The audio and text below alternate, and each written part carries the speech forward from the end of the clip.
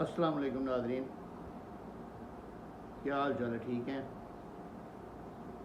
आज का जो हमारा टॉपिक है ना वो ओवरसीज़ पाकिस्तानियों के हवाले से जो है ना वो चूज़ किया गया है, क्योंकि ओवरसीज़ पाकिस्तानी कुछ सऊदी अरेबिया में, कुछ यूके में जो ख़ास तौर पे 3-4 दोस्त हैं जिनके ज़्यादा से ज़्यादा मैसेजेस आ रहे हैं कि उनकी कोई प्रॉब्लम्स हैं और उन्होंने उधर से कोई फ़ैसला जहाज जो है ना वो उधर की अदालतों से जो है ना वो हासिल कर रखे हैं, तो उसके बाबत उन्होंने कुछ क्वेश्चंस किए हैं। तो मैं सोच रहा था कि एक वीडियो जो है ना वो फ़ॉरेन डिग्री जो है ना, फ़ॉरेन जजमेंट जो किसी बैरून मुल्क अदालत से जो है ना वो फ़ॉरेन जजमेंट जो है ना वो हासिल की जाए, उसके ऊपर एक वीडियो बनानी चाहिए ताकि उन दोस्तों के जो है मसाइल जो है ना वो हल हो सके।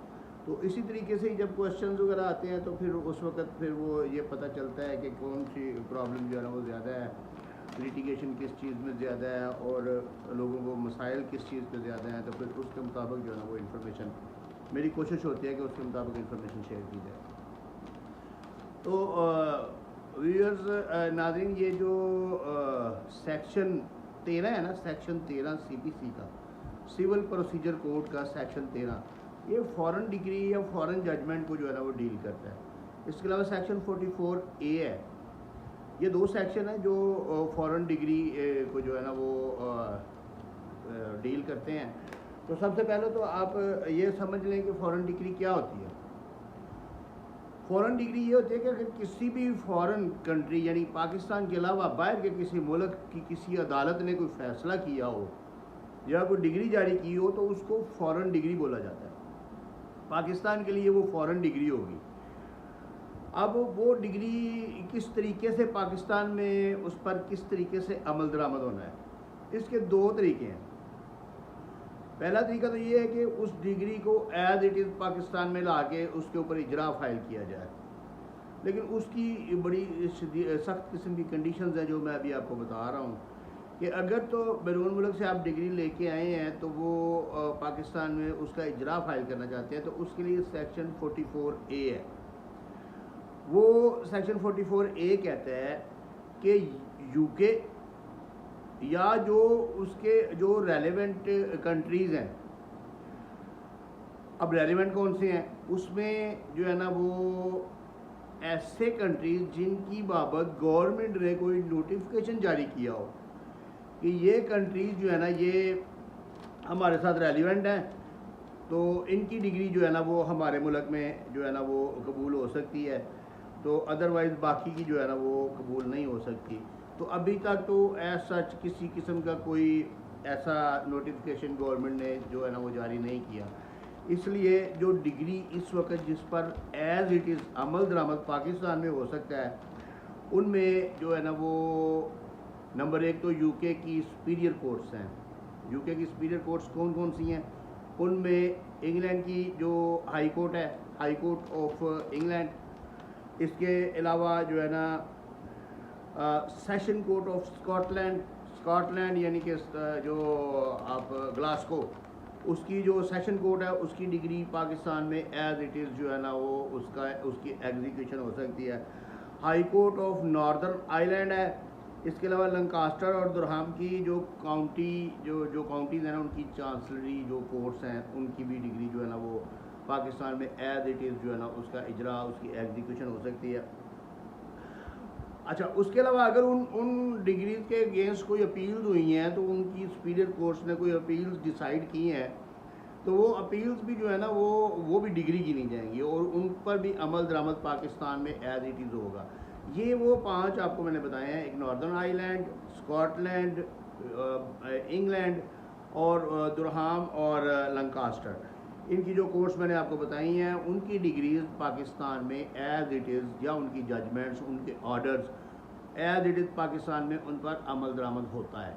और उसका तरीक़ाकार ये है कि आपने वहाँ से टेस्टेड कॉपी लेके आनी है और यहाँ पे आके आपने कोर्ट में, डिस्ट्रिक्ट कोर्ट में, सेशन जज के पास डिस्ट्रिक्ट कोर्ट में आपने उसका इजरा फाइल कर देना है। एक एप्लीकेशन साथ लगानी है, इजरा फार्म होता है वो लगा लें, एप्लीकेशन लगा लें, एप्लीकेशन साथ लगानी है और वकालतनामा वगैरह जो भी आपका यानी कि जो डॉक्यूमेंटेशन यहाँ पे जो एक प्रोसीजर है दायरी करने का वो दायर करना है। उसके बाद कोर्ट जो है ना वो डिफेंडेंट को नोटिस करेगी अब कौन कौन सी डिग्री यहाँ पे जिस पर अमल दरामद हो सकता है?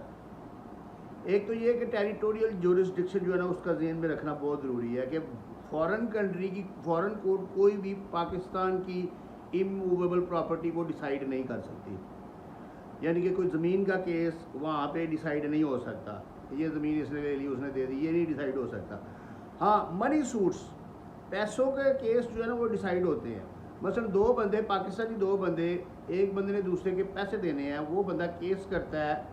उधर जो 5 आपको मैंने बताए हैं इलाके, 5 कंट्री, जो 5 सिटीज़, 5 कोर्ट्स, 5 टाइप की कोर्ट्स जो बताई हैं, उनमें वो केस फाइल करता है और वो डिग्री ले लेता है दूसरे के खिलाफ कि इसने उसका 10 लाख, 12 लाख, 20 लाख रुपया देना है, तो डिग्री हो जाता है। तो वो बंदा पाकिस्तान आ जाता है डिफेंडेंट।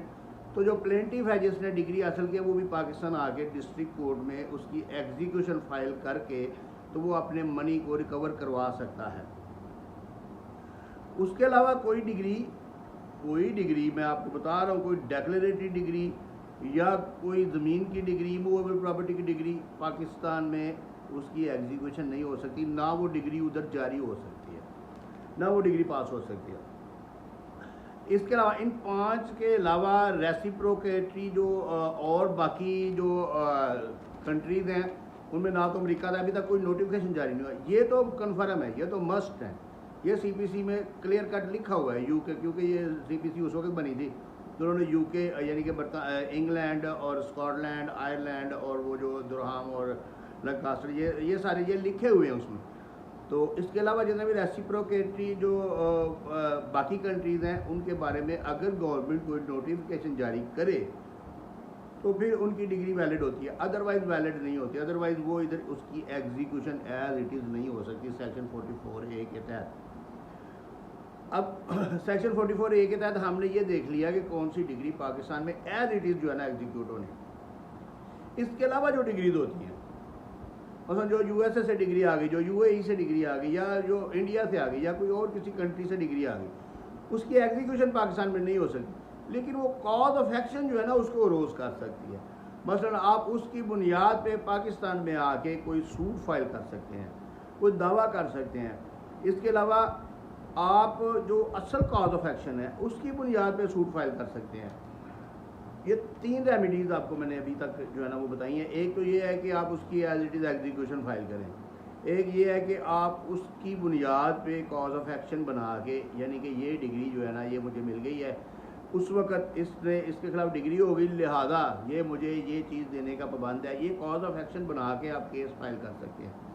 तीसरा, आप उस डिग्री को बिल्कुल एज इट इज़ भूल जाएँ और जो असल कॉज ऑफ एक्शन है उसकी बुनियाद पे केस फाइल करें और उस डिग्री को एज ए एविडेंस उसमें पेश कर सकते हैं। तो ये 3 रेमेडीज़ जो है ना वो उसमें अवेलेबल हैं जो आपकी फॉरेन डिग्री है। अब जो अगर आप उसमें जो बनाए दावा बना के, अगर आप उस डिग्री पे बनाए दावा बना के आप सूट फाइल करते हैं तो उसमें लिमिटेशन एक्ट जो है ना वो फॉलो करना होगा। जो आर्टिकल 117 है शायद, उसमें 6 साल की लिमिटेशन है कि यानी अगर आप फॉरेन डिग्री हासिल करते हैं उसकी बुनियाद पे पाकिस्तान में सूट फाइल करते हैं तो उसके लिए 6 साल की लिमिटेशन आपके पास मौजूद है। 6 साल के अंदर अंदर आपने जो है ना वो केस जो है ना वो फाइल करना है।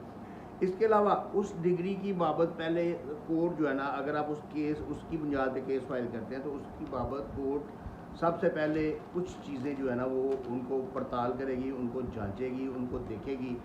एक तो ये है कि ये डिग्री जो है ये कोई कॉम्पिटेंट कोर्ट जो है ना ऑफ ज्यूरिसडिक्शन उसने जारी की है, मीन्स के कोई ऐसी अदालत जो इस काबिल थी कि वो जारी कर सकती थी। अब केस सियालकोट की प्रॉपर्टी का है, आप उसको रियाज की अदालत में ले जाएं सऊदी अरब में और वहाँ पे जाके फाइल कर दें तो कॉम्पिटेंट कोर्ट ऑफ ज्यूरिसडिक्शन नहीं है। तो अगर इमूवेबल प्रॉपर्टी, अगर मूवेबल भी है तो अगर एक गाड़ी जो है ना आपने बरतानिया में ख़रीदी है तो आप केस फाइल करते हैं रियाज में जाके, तो वो भी जो है ना वो क्योंकि बरतानिया से रियाज तो गाड़ी गई नहीं होगी, तो इसलिए यानी कि केस जो है ना वो competent court of competent jurisdiction में जो उसने डिसाइड किया होगा ये कोर्ट ने सबसे पहले देखना है, फिर वो आपको जो है ना डिग्री वो बनाए दावा जो है ना वो देगी। दूसरा ये है कि उसमें कोर्ट ने ये भी देखना है कि ये नेचुरल जस्टिस के ख़िलाफ़ तो नहीं, यानी कि कोई फ़ैसला कर दिया गया। नेचुरल जस्टिस यानी कि जो कस्टम जो रिवाज जो यानी कि एक कुदरती जो इंसाफ होता है कि एक बंदे की चोरी हुई है तो वो उसकी चीज़ें दूसरे को दे दी जाए, तो ये तो नेचुरल जस्टिस नहीं हुआ ना। तो नेचुरल जस्टिस यानी कि एक बंदा मलकियत है, मालिक है, उसके नेचुरल डॉक्यूमेंट्स हैं, एक थर्ड पार्टी को आती है, वो क्लेम करती है किसी फजूल से डॉक्यूमेंट्स की बुनियाद पे, तो उसके हक में अगर डिग्री दे दी जाए एक्स पार्टी करके, तो वो इधर एप्लीकेबल नहीं है। तो इस तरीके से एक ये भी देखना है कि नेचुरल जस्टिस के ख़िलाफ़ कोई डिग्री जारी तो नहीं हुई। तो तीसरी ये देखनी है कि पाकिस्तान के जो इंटरनल लॉज हैं, मसलन हम यहाँ पे हराम हलाल का एक कॉन्सेप्ट है और बड़ा ज़बरदस्त है, हम कोई ऐसे काम नहीं कर सकते जो इस्लाम की इंजंक्शंस के ख़िलाफ़ हैं, लेकिन बैरून फॉरेन कंट्रीज़ में कुछ ऐसी डिग्रीज़ मिल जाती हैं जो जिनके उनके अपने लॉज हैं, अपने रूल्स रेगुलेशन हैं। तो हमारी जो कोड है, जिस वक्त वो बनाए दावा इधर हम बनाएंगे, उस डिग्री की बुनियाद पे हम कोई केस फाइल करेंगे, तो हमारी कोर्ट ने ये भी देखना है कि इसमें कोई ऐसा कोई लॉ कोई वायोलेट तो नहीं हुआ जो पाकिस्तान के अंदर इम्प्लीमेंटेड है। इसके अलावा कोर्ट ने ये भी देखना है कि आया ये जो डिग्री है ये इसके ऊपर इसको as a cause of action लिया भी जा सकता है या नहीं, इसकी वैलिडिटी क्या है, इसकी कन्फर्मिटी क्या है, और इसके अगेंस्ट क्या चीज़ आती है। फिर क्योंकि डिफेंडेंट को जिस वक्त नोटिस किया जाएगा तो उसके बाद वो डिफेंडेंट उसको आगे बताएगा कोर्ट को कि ये डिग्री वैलिड है, ये हुई है या नहीं हुई, या उसको इल्म है या नहीं इल्म है। तो ये सारी चीज़ें देखने के बाद कोर्ट ने उस सूट को स्टार्ट करना है। तो ये फॉरेन डिग्री या फॉरेन जजमेंट या फॉरेन ऑर्डर जो भी आप ये ध्यान में रख लें। अब ये फाइनल हमने कर लिया है कि जो यूके से आपने यूके की सुपीरियर कोर्ट्स जो मैंने आपको 5 बताई हैं, session court of Scotland, high court of England, high court of northern Ireland और चांसलरी कोर्ट्स ऑफ दुरहाम और लंकास्टर, ये 5 अदालतें हैं या इनकी कोई एपलेट फोरम, उनकी तरफ से अगर कोई डिग्री या कोई ऑर्डर आता है तो वो पाकिस्तान में एज इट इज़ एग्जीक्यूटेबल है। अगर इनके अलावा पूरी दुनिया के किसी भी कोर्ट से कोई ऑर्डर आता है तो पहले उसकी वेरिफिकेशन होगी, उसकी वैलिडेशन होगी, उसके बाद उसको देखा जाएगा, 5-6 असूल जो सेक्शन 13 में दिए गए हैं उनके ऊपर उनको परखा जाएगा। अगर वो उनको वायोलेट नहीं करता तो उसको as a cause of action बना के तो उसकी बुनियाद पे आप केस फाइल कर सकते हैं, आप दावा कर सकते हैं, और फिर उस दावा की डिग्री आप पाकिस्तान की कोर्ट से हासिल करेंगे। तो ये आज का जो है ना वो लेक्चर था कि फ़ॉरेन कोर्ट्स या फ़ॉरेन डिग्रीज़ किस तरीके से पाकिस्तान में जो है ना वो कारआमद होती हैं। तो इसके साथ ही मुझे आप इजाज़त दीजिए। अल्लाह हाफ़िज़।